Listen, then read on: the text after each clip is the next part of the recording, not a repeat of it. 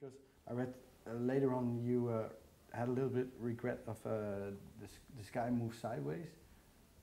Is it? That was because it was a bit too prog for you. It was, yeah. The Sky Moves Sideways was the last album I made pretty much on my own. From then on, the following albums, Signify, and ever since then, it's been more of a band sound, band collaboration. I might still write most of the material, but I get and I expect a lot more contribution in terms of the arrangements and the sound and the style of the band from everyone else. And I think it became more interesting because it became a melting pot of influences. Now, none of the other members of the band are particularly interested in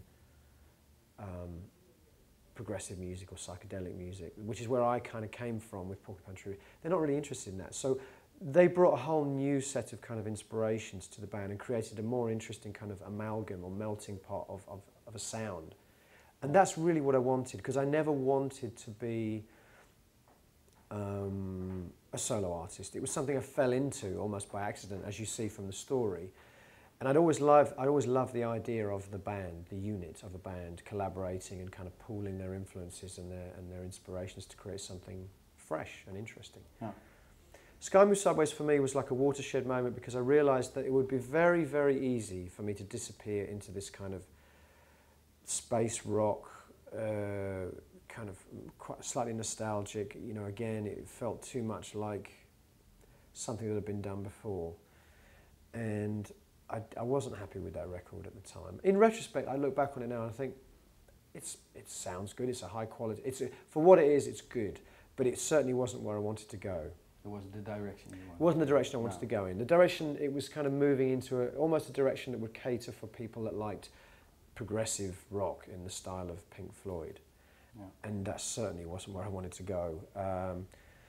And so it was very important for me at that point to bring the rest of the band in to kind of tighten the band sound up and create something more unique and more, as I say, more a combination of influences. Yeah. Okay. Yeah. Has the music you listen to yourself, has that changed a lot? Yeah, very much. Well, nowadays, today, this week, what's stuff that you really?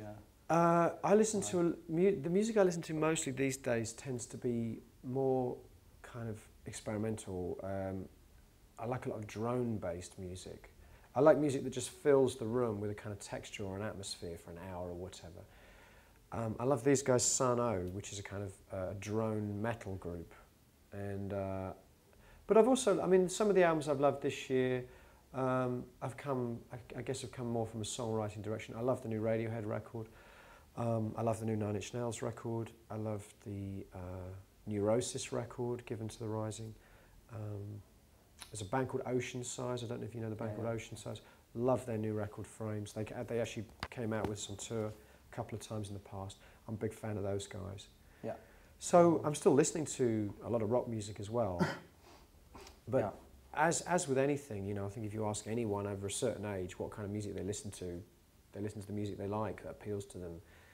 I think when you're younger, you tend to listen more within genre.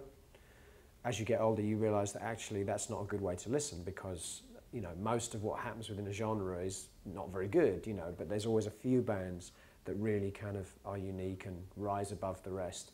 And you can apply that across all genres: jazz, drone, ambient, electronic, progressive, metal. And so you just find the bands with each genre that appeal to you, and that's what I get, that's what I do now. And that's what you try to and try to reflect that within my own music, yeah.